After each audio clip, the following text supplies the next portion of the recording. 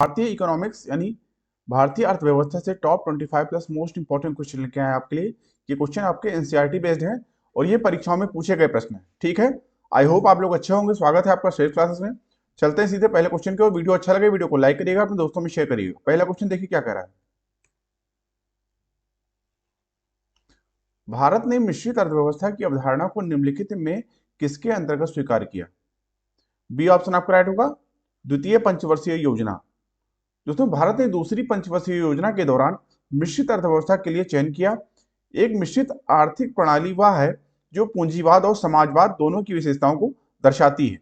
इस हिसाब से बी ऑप्शन आपका इस क्वेश्चन का राइट होगा, द्वितीय पंचवर्षीय योजना। अगला क्वेश्चन, मिश्रित अर्थव्यवस्था से तात्पर्य है।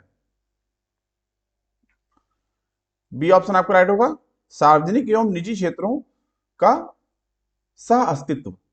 तो एक मिश्रित अर्थव्यवस्था एक अर्थव्यवस्था जिसमें सार्वजनिक और निजी दोनों क्षेत्रों के तत्व होते हैं। मिश्रित आर्थिक प्रणाली एक ऐसी प्रणाली है जो पूंजीवाद और समाजवाद दोनों के पहलुओं को जोड़ती है। इस हिसाब से बी ऑप्शन आपका राइट होगा। अगला क्वेश्चन, विकास का भारतीय मॉडल किसके हितों की सुरक्षा करता है? सी ऑप्शन आपका राइट होगा, व्यक्ति और राज्य दोनों। तो विकास का भारतीय मॉडल एक राज्य एवं व्यक्ति दोनों के हितों की रक्षा करता है। भारत में अर्थव्यवस्था के विकास के लिए मिश्रित अर्थव्यवस्था यानी मिक्स्ड इकोनॉमी का स्वरूप अपनाया गया है। मिश्रित अर्थव्यवस्था के तहत सार्वजनिक यानी पब्लिक एवं निजी यानी प्राइवेट दोनों क्षेत्रों की देश के विकास कार्यक्रमों में भागीदारी होती है। इस हिसाब से सी ऑप्शन आपका इस क्वेश्चन का राइट होगा। अगला क्वेश्चन, बंद अर्थव्यवस्था यानी क्लोज इकोनॉमी से आप क्या समझते हैं? इस क्वेश्चन के लिए आपका बी ऑप्शन राइट होगा। ठीक है, आयात निर्यात बंद। तो बंद अर्थव्यवस्था को इंग्लिश में क्लोज इकोनॉमी भी कहा जाता है। बंद अर्थव्यवस्था वह स्थिति है जिसमें कोई देश किसी दूसरे देश से वस्तुओं और सेवाओं का आयात और निर्यात नहीं करता है। तो बंद अर्थव्यवस्था का मुख्य उद्देश्य अपने देश के निवासियों की आवश्यकताओं को पूरा करना होता है। ठीक है, इस हिसाब से बी ऑप्शन आपका राइट होगा। अगला क्वेश्चन, भारतीय अर्थव्यवस्था है। सी ऑप्शन आपका राइट होगा, विकासशील। तो तुम वर्तमान में भारतीय अर्थव्यवस्था को विश्व की एक विकासशील अर्थव्यवस्था कहा जाता है। भारत के बड़े सार्वजनिक क्षेत्रों में अर्थव्यवस्था के लिए रोजगार और राजस्व प्रदान करने के लिए प्रमुख कारक रहे हैं। आपको बता दें, आर्थिक प्रणालियां तीन प्रकार की होती है, जिसमें मिश्रित अर्थव्यवस्था,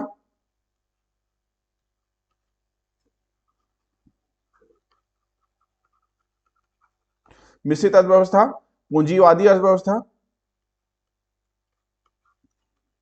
और समाजवादी अर्थव्यवस्था होती है। ठीक है, सी ऑप्शन आपका राइट होगा। अगला क्वेश्चन, भारतीय अर्थव्यवस्था की विशेषता है।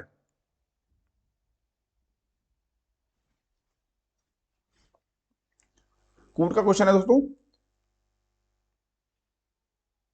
डी ऑप्शन आपका राइट होगा। ठीक है, पहला तीसरा व चौथा, पहला तीसरा व चौथा यानी कृषि की प्रधानता, न्यून प्रति व्यक्ति आय, बृहद बेरोजगारी। तो भारत विकासशील देशों में है। विकासशील देशों की अर्थव्यवस्था ज्यादातर प्राथमिक क्षेत्रों पर निर्भर करती है, जो कि कृषि, पशु प्रजनन, मछली पकड़ने आदि जैसी गतिविधियों से बनी होती है। भारतीय अर्थव्यवस्था की विशेषताओं में कम प्रति व्यक्ति वास्तविक आय दर, जनसंख्या वृद्धि की उच्च दर और निर्भरता शामिल होती है। ठीक है, इस हिसाब से डी ऑप्शन आपका राइट होगा। अगला क्वेश्चन, निम्नलिखित में से कौन सा लक्षण भारतीय अर्थव्यवस्था का नहीं है? डी ऑप्शन आपका राइट होगा, प्राकृतिक संसाधनों की कमी। अगला क्वेश्चन, अल्प विकसित अर्थव्यवस्था की सामान्यतया विशेषता होती है। यह भी कोर्ट का क्वेश्चन है।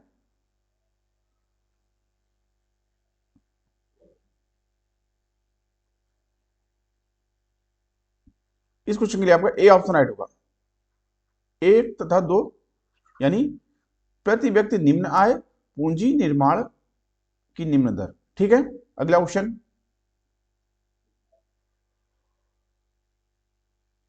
निम्नलिखित में से किस समिति द्वारा भारत में गरीबी के आकलन हेतु पहली बार स्वास्थ्य एवं शिक्षा पर होने वाले निजी व्यय को भी शामिल किया गया? सी ऑप्शन आपका राइट होगा, तेंदुलकर समिति द्वारा। तो तेंदुलकर समिति का गठन दिसंबर 2005 दिसंबर 2005 में योजना आयोग ने किया था, जिसे अब नीति आयोग के नाम से जानते हैं। नीति आयोग के नाम से जानते हैं। दोस्तों, तेंदुलकर समिति ने दिसंबर 2009 में अपनी रिपोर्ट दी थी। इसमें ग्रामीण इलाकों की गरीब रेखा को उन्हीं कंजप्शन यानी खपत के आधार पर नए सिरे से तय करने की सिफारिश की गई थी, जो मौजूदा शहरी गरीबी रेखा से जुड़ी हुई है। ठीक है, सी ऑप्शन आपका तेंदुलकर समिति इस क्वेश्चन की राइट होगा। अगला क्वेश्चन, भारत में गरीबी का आकलन किसके द्वारा किया जाता है? सी ऑप्शन आपका राइट होगा, नीति आयोग कार्य दल। तो यदि आय या खपत किसी दिए गए न्यूनतम स्तर से नीचे आती है तो परिवार को गरीबी रेखा से नीचे कहा जाता है। भारत में यह आकलन अब नीति आयोग की टास्क फोर्स करती है। आपको बता दें, सांख्यिकी कार्यक्रम कार्यान्वयन मंत्रालय के माध्यम से राष्ट्रीय नमूना सर्वेक्षण कार्यालय आंकड़े इकट्ठा करता है। इस आधार पर गणना की जाती है। ठीक है, सी ऑप्शन आपका राइट होगा, नीति आयोग कार्यदल। अगला क्वेश्चन, किस पंचवर्षीय योजना ने ज्यादा तेज धारणीय एवं समावेशी समृद्धि पर जोर दिया? इस क्वेश्चन के लिए आपका बी ऑप्शन राइट होगा, 12वीं पंचवर्षीय योजना। ठीक है, जो 2012 से 2017 तक। ठीक है, और इसको जो है सी रंगराजन द्वारा तैयार की गई थी। सी रंगराजन द्वारा तैयार की गई थी। ठीक है, बी ऑप्शन राइट होगा। अगला क्वेश्चन, भारत ने आईएमएफ से 200 टन सोना किस पंचवर्षीय योजना में क्रय किया था? डी ऑप्शन आपका राइट होगा, 11वीं पंचवर्षीय योजना में। अगला क्वेश्चन, भारत में 20 सूत्री आर्थिक कार्यक्रम का मुख्य लक्ष्य है?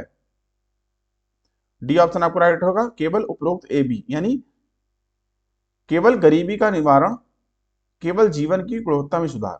ठीक है, इस ऑप्शन डी ऑप्शन आपको राइट होगा। अगला क्वेश्चन, निम्नलिखित में से कौन सी पंचवर्षीय योजना अपने निर्धारित समय पर प्रारंभ नहीं हो सकी? डी ऑप्शन आपको राइट होगा, 8वीं पंचवर्षीय योजना। तो 8वीं पंचवर्षीय योजना 1992 में शुरू हुई और 1997 तक चली। इस अवधि का मूल उद्देश्य औद्योगिक क्षेत्र का आधुनिकीकरण था। यह योजना तकनीकी विकास पर केंद्रित थी। ठीक है, अगला क्वेश्चन, भारत की किस पंचवर्षीय योजना में निर्धारित विकास दर की अपेक्षा ऊंची विकास दर प्राप्त हुई? डी ऑप्शन आपका राइट होगा, 8वीं पंचवर्षीय योजना में। ठीक है, दोस्तों 8वीं पंचवर्षीय योजना में लक्ष्य इनका था जो है 5.6। ठीक है, और इन्होंने प्राप्त किया 6.8। ठीक है, डी ऑप्शन आपका राइट होगा। अगला क्वेश्चन, प्रधानमंत्री ग्रामोदय योजना का उद्देश्य है? ए ऑप्शन आपका राइट होगा, शिक्षा, स्वास्थ्य, मकान, सड़कें, पेयजल आदि ग्रामीण आवश्यकताओं को पूर्ण करना। ठीक है, अगला क्वेश्चन, न्याय के साथ विकास भारत की किस पंचवर्षीय योजना का मुख्य उद्देश्य था? सी ऑप्शन आपका राइट होगा, 9वीं पंचवर्षीय योजना। दोस्तों आपको बता दें, 9वीं पंचवर्षीय योजना में सामाजिक न्याय और समानता के साथ विकास के उद्देश्य से शुरू की गई थी। इस योजना में कृषि विकास को भी महत्व मिला। आपको बता दें, ऋण के विनियमन पर सरकार की वित्तीय स्थिति में भी सुधार करने पर यहां बल दिया गया था। ठीक है, सी ऑप्शन आपका राइट होगा, 9वीं पंचवर्षीय योजना। ठीक है, जो 1997 से 2002 तक थी। ठीक है, इस योजना का जो विकास दर था वो 5.4% था। ठीक है, अगला क्वेश्चन, कथन ए, समुचित नियोजन एवं निवेश के बाद भी हमारी कृषि समृद्धि दर कम है, कारण आर भूमि सुधार वांछित स्तर तक जो है नहीं अपनाए गए। ठीक है, कूट का क्वेश्चन है, तो ए ऑप्शन आपका इस क्वेश्चन का राइट होगा। ए और आर दोनों सही है तथा आर ए की सही व्याख्या करता है। ठीक है, अगला क्वेश्चन, 11वीं पंचवर्षीय योजना की अवधि है? सी ऑप्शन आपका राइट होगा, 2007 से 2012। ठीक है, अगला क्वेश्चन, निम्नलिखित में से कौन सा आर्थिक विकास का प्रमुख कारक नहीं है? डी ऑप्शन आपका राइट होगा, तकनीकी विद एवं नौकरशाह। अगला क्वेश्चन, निम्नलिखित में से कौन सी विशेषताएं भारतीय अर्थव्यवस्था को विकासशील श्रेणी में दर्शाती है?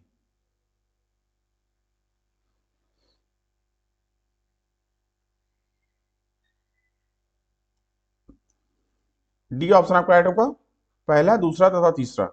पहला, दूसरा तथा तीसरा, यानी कृषि मुख्य व्यवसाय, प्रचंड बेरोजगारी, मानव पूंजी की निम्न गुणवत्ता। ठीक है, इस हिसाब से डी ऑप्शन आपका राइट होगा। अगला क्वेश्चन, निम्नलिखित में से कौन सा एक आर्थिक वृद्धि का अच्छा सूचक है? बी ऑप्शन आपका राइट होगा, स्थिर कीमतों पर सकल घरेलू उत्पाद। बी ऑप्शन आपका राइट होगा। ठीक है, अगला क्वेश्चन, किसी देश की आर्थिक समृद्धि का सबसे उपयुक्त मापदंड है उसका? डी ऑप्शन आपका राइट होगा, प्रति व्यक्ति वास्तविक आय। ठीक है, अगला क्वेश्चन, दोस्तों प्रति व्यक्ति जो वास्तविक आय होती है, प्रति व्यक्ति आय जो होती है उसको जो है हम, ये फार्मूला होता है इसका प्रति व्यक्ति आय का,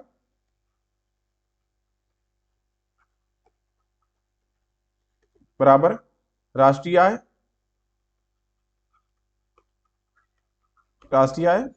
बटे जनसंख्या। ठीक है, इस हिसाब से डी ऑप्शन आपका राइट होगा। अगला क्वेश्चन,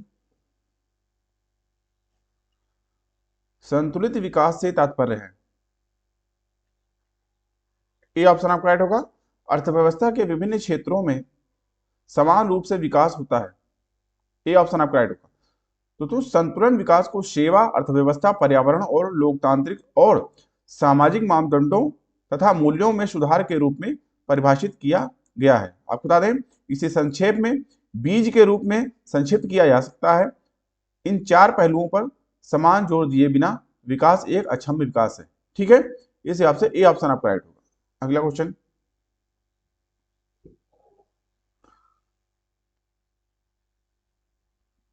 कूट का क्वेश्चन है दोस्तों ये भी। आर्थिक विकास, आर्थिक वृद्धि, संपोषित विकास, जीवन की गुणवत्ता। इस क्वेश्चन के लिए आपका डी ऑप्शन राइट होगा। ठीक है, ए आपका जाएगा चौथे के साथ, बी जाएगा पहले के साथ, सी आपका जाएगा दूसरे के साथ और डी आपका जाएगा तीसरे के साथ। यानी आर्थिक विकास, संरचनात्मक, आर्थिक वृद्धि, सकल घरेलू उत्पाद, संपोषित विकास, पर्यावरण और जीवन की गुणवत्ता, स्वास्थ्य। ठीक है, इस हिसाब से डी ऑप्शन आपका राइट होगा। अगला क्वेश्चन, और हमेशा की तरह आज का प्रश्न आपके लिए, जिसका जवाब आपको कमेंट बॉक्स में देना है। ठीक है, समावेशी समृद्धि के लिए आवश्यक है अधः संरचनात्मक सुविधाओं का विकास, कृषि का पुनरुद्धार, शिक्षा एवं स्वास्थ्य जैसी सामाजिक सेवाओं की अधिकाधिक उपलब्धता या उपरोक्त सभी। इस क्वेश्चन का जवाब आपको ज्यादा से ज्यादा संख्या में कमेंट बॉक्स में देना है। ठीक है, तो दोस्तों अभी के लिए इतना ही। आई होप आपको वीडियो अच्छा लगा होगा। वीडियो अच्छा लगा दोस्तों, वीडियो को लाइक करिए, अपने दोस्तों में शेयर करिए और हाँ, चैनल को सब्सक्राइब करना ना भूलें, जिससे चैनल पर आने वाले सभी इंपॉर्टेंट वीडियो की नोटिफिकेशन आपको टाइमली मिलते रहे। अभी की वीडियो को देखने के लिए धन्यवाद। मिलते हैं दोस्तों नेक्स्ट वीडियो, तब तक के लिए थैंक यू। जय हिंद।